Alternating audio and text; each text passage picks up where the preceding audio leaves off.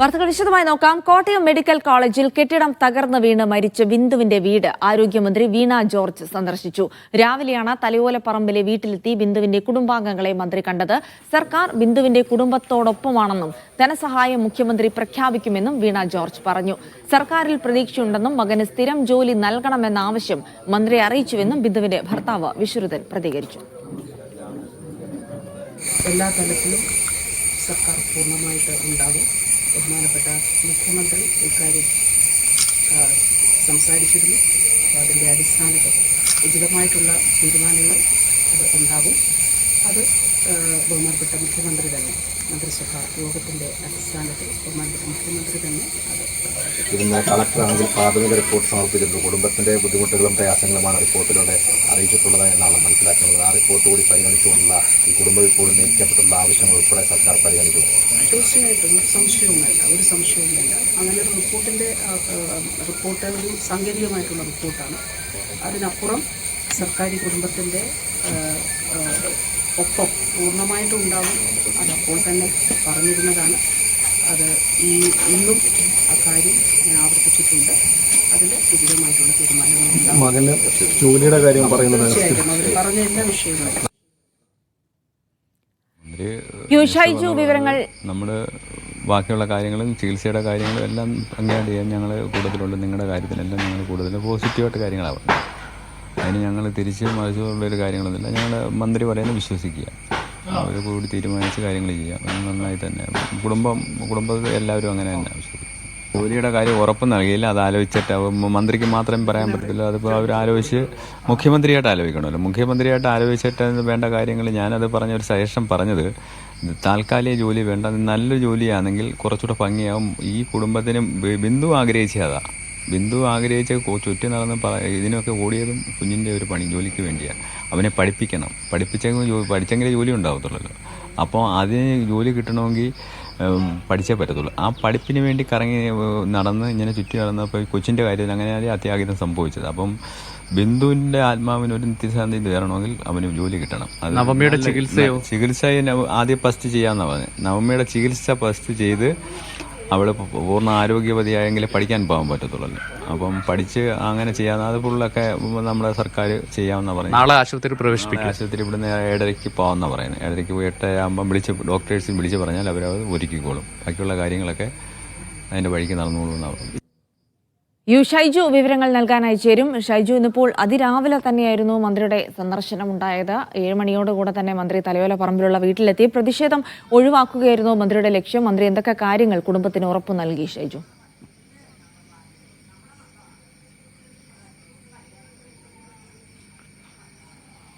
ജിൽസി, ഇന്നലെ മന്ത്രി വരും എന്ന് പ്രതീക്ഷിച്ചിരുന്നു എങ്കിലും മാധ്യമങ്ങളൊക്കെ ഉണ്ടായിരുന്നെങ്കിലും പകൽ മുഴുവൻ മന്ത്രി പ്രതീക്ഷിച്ചിരുന്നു. പക്ഷേ മന്ത്രി എത്തിയിരുന്നില്ല. മന്ത്രി പ്രതിഷേധമടക്കമുള്ള പല കാര്യങ്ങളും ഒഴിവാക്കുക എന്ന ലക്ഷ്യത്തിലാണ് അതിരാവിലെ തന്നെ ഇവിടെ എത്തി. അതായത് 7 മണിയോടുകൂടി തലയോലപ്പറമ്പിലെ ബിന്ദുവിന്റെ വീട്ടിൽ എത്തിച്ചേരുകയായിരുന്നു മന്ത്രി.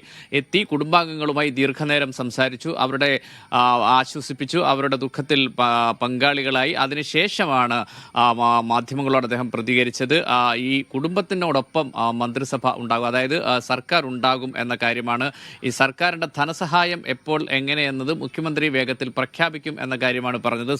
ഈ കോട്ടയം ജില്ലാ കളക്ടർ നൽകുന്ന റിപ്പോർട്ട് അത് സാങ്കേതികം മാത്രമാണ്. ആ റിപ്പോർട്ട് ലഭിച്ചാൽ ഉടൻ തന്നെ മന്ത്രിസഭ ഈ കാര്യങ്ങൾ പരിഗണിച്ച് സഹായം ഉറപ്പുവരുത്തും എന്നാണ്. മറ്റ് അവർ ഉന്നയിച്ചിട്ടുള്ള ആവശ്യങ്ങളൊക്കെ സർക്കാർ അനുഭാവപൂർവ്വം പരിഗണിക്കും എന്ന കാര്യവും മന്ത്രി അറിയിക്കുകയുണ്ടായി. മന്ത്രി വന്നതിലെ ഒരു സന്തോഷം പങ്കുവെക്കുകയായിരുന്നു വീട്ടുകാർ, പ്രത്യേകിച്ച് ബിന്ദുവിൻ്റെ ഭർത്താവ് വിശ്രുതൻ. കാരണം മന്ത്രിമാരാരും ഇങ്ങോട്ട് വന്നില്ല എന്ന തൻ്റെ പരാതി ഇപ്പോൾ ഇല്ല എന്ന കാര്യം അദ്ദേഹം പറയുന്നുണ്ട്. കാരണം ആരോഗ്യമന്ത്രി ഇങ്ങോട്ട് എത്താത്തതിലുള്ള പരിഭവം അദ്ദേഹം തുടക്കം മുതൽ പറഞ്ഞിരുന്നുവെങ്കിലും ആരോഗ്യമന്ത്രി എത്തി സർക്കാരിൻ്റെ ഭാഗത്തു നിന്നുള്ള ഉറപ്പുകൾ നൽകിയതിലുള്ള ഒരു പ്രതീക്ഷയിലാണ് അവർ ഇപ്പോൾ മുന്നോട്ട് പോകുന്നത്. കാരണം വലിയ കടബാധ്യതയുള്ള വീടാണ്. അതുകൊണ്ട് തന്നെ സർക്കാരിൻ്റെ ധനസഹായം അവർ പ്രതീക്ഷിക്കുന്നുണ്ട്. മകന് ജോലി ലഭിക്കുക എന്നത് ബിന്ദുവിൻ്റെ ആത്മാവിന് നിത്യശാന്തി ലഭിക്കണമെങ്കിൽ അവന് ജോലി ലഭിക്കണം. ആ ജോലി സർക്കാരിൻ്റെ ഭാഗത്തു നിന്നുണ്ടാകും. അവർ മുന്നോട്ട് വെച്ചിരിക്കുന്ന ഒരു ആവശ്യം ഒരു സ്ഥിര ജോലി, അവൻ പഠിച്ച ട്രേഡുമായി ബന്ധപ്പെട്ട ഒരു സ്ഥിര ജോലി വേണം എന്നൊരാവശ്യം അവർ മുന്നോട്ട് വെച്ചിട്ടുണ്ട്. സർക്കാർ അനുഭാവപൂർവ്വം അക്കാര്യം പരിഗണിക്കും എന്ന പ്രതീക്ഷ അവർക്കുണ്ട്. അതോടൊപ്പം തന്നെ മകളുടെ ചികിത്സയാണ്. മകൾ നവമി ആശുപത്രിയിൽ നിന്നും ഡിസ്ചാർജായി വന്നതിന് ശേഷം പിന്നീട് ആശുപത്രിയിലേക്ക് പോകാൻ കഴിഞ്ഞില്ല. ചടങ്ങുകൾക്ക് ശേഷം വീണ്ടും ആശുപത്രിയിൽ പ്രവേശിപ്പിക്കാനാണിരുന്നത്. സർക്കാരിൻ്റെ ഭാഗത്തു നിന്ന് അക്കാര്യത്തിൽ ചില നീക്കങ്ങൾ ആരംഭിച്ചിട്ടുണ്ട്. കഴിഞ്ഞ ദിവസം കോട്ടയം മെഡിക്കൽ കോളേജ് ആശുപത്രിയിൽ നിന്ന് ഡോക്ടർമാർ എത്തി നവമിയെ കണ്ട് പരിശോധനകൾ നടത്തിയിരുന്നു. വേണ്ട കൗൺസിലിംഗ് ഒക്കെ നടത്തി. അതൊക്കെ പൂർത്തീകരിച്ചതിന് ശേഷം നാളെ രാവിലെ 7:30 വീട്ടിൽ നിന്ന് പുറപ്പെടും. 8 മണിയോടുകൂടി കോട്ടയം മെഡിക്കൽ കോളേജ് ആശുപത്രിയിൽ പ്രവേശിപ്പിച്ച് ചികിത്സ പുനരാരംഭിക്കും. അതിനുശേഷം ചികിത്സ പൂർത്തിയാക്കിയതിനു ശേഷം പഠനം പൂർത്തിയാക്കുക എന്നതാണ്. അതിനു വേണ്ടിയിട്ടുള്ള ക്രമീകരണവും സർക്കാരിൻ്റെ ഭാഗത്തു നിന്ന്, അതായത് ധനസഹായം ഉൾപ്പെടെയുള്ള കാര്യങ്ങൾ ലഭിക്കുമ്പോൾ അത് വേഗത്തിലാകും എന്നൊരു പ്രതീക്ഷ കുടുംബത്തെ സംബന്ധിച്ചിടത്തോളം ഉണ്ട്. ഏതായാലും സർക്കാരും അതോടൊപ്പം തന്നെ പ്രതിപക്ഷ പാർട്ടികൾ അടക്കമുള്ള ആളുകൾ വീട്ടിലെത്തി ആശ്വസിപ്പിക്കുന്നതും അവർ സഹായം നൽകുന്നതിലുമുള്ള ഒരു പ്രതീക്ഷയാണ് അവരെ സംബന്ധിച്ചിടത്തോളം ഉള്ളത്. ആ പ്രതീക്ഷ സർക്കാർ കാക്കും എന്ന ഒരു ചിന്തയിലാണ് ഈ കുടുംബം ഇപ്പോൾ കഴിയുന്നത്. ജിൽസി. യെസ്, എന്തായാലും സർക്കാരിന്റെ ഇടപെടൽ കാത്തു കഴിയുകയാണ് കുടുംബം. വളരെ പെട്ടെന്ന് സഹായധനം പ്രഖ്യാപിക്കൽ അടക്കമുള്ള കാര്യങ്ങളിലേക്ക് കടക്കാൻ കുടുംബത്തിന് അത്തരം ഒരു പ്രഖ്യാപനങ്ങളിലേക്ക് നടത്തുമെന്നുള്ളൊരു പ്രതീക്ഷ കുടുംബത്തിന് ഇപ്പോഴും ഉണ്ട്. അത് വളരെ പെട്ടെന്ന് ഉണ്ടാകുമെന്ന് തന്നെയാണ് ആരോഗ്യമന്ത്രിയുടെ വാക്കുകളും സൂചിപ്പിക്കുന്നത്. ഷൈജു, അപ്പോൾ സഹായധനം പ്രഖ്യാപിക്കൽ അടക്കം ഉടനെ ഉണ്ടാകുമെന്ന് കൂടി മന്ത്രിയുടെ വാക്കുകൾ സൂചിപ്പിക്കുന്നുണ്ട്. കാരണം അത്തരം സഹായങ്ങൾ കുടുംബത്തിന് ഉടനടി വേണ്ടതുണ്ട്. ഒരു സാമ്പത്തിക ശേഷി വളരെ കുറഞ്ഞ കുടുംബത്തിലെ അംഗം കൂടിയാണ് ബിന്ദു എന്നുള്ളത് കൊണ്ട് അത്തരം സഹായങ്ങളിലേക്ക് തന്നെ പ്രഖ്യാപനങ്ങളിലേക്ക് തന്നെ ഉടനെ കടക്കുമെന്ന് പ്രതീക്ഷിക്കാം, അല്ലേ?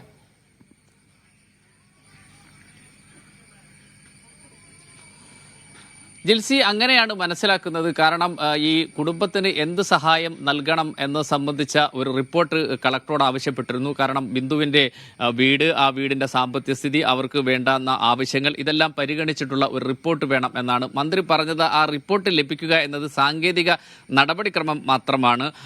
ആ ധനസഹായം സർക്കാരിൻ്റെ ഭാഗത്തു നിന്നുണ്ടാവും. അത് എങ്ങനെ, എപ്പോൾ എന്നത് മുഖ്യമന്ത്രി മന്ത്രിസഭാ യോഗത്തിന് ശേഷം പ്രഖ്യാപിക്കും എന്ന കാര്യമാണ് പറഞ്ഞിട്ടുള്ളത്. മരണാനന്തര ചടങ്ങുകളുമായി ബന്ധപ്പെട്ട ഒരു 50,000 രൂപയുടെ ചെക്കാണ് ഇത് പ്രാഥമികമായി സർക്കാരിൻ്റെ ഭാഗത്ത് നിന്ന് കഴിഞ്ഞ ദിവസം വീട്ടിലെത്തിയ മന്ത്രി VN വാസവൻ കൈമാറിയത്.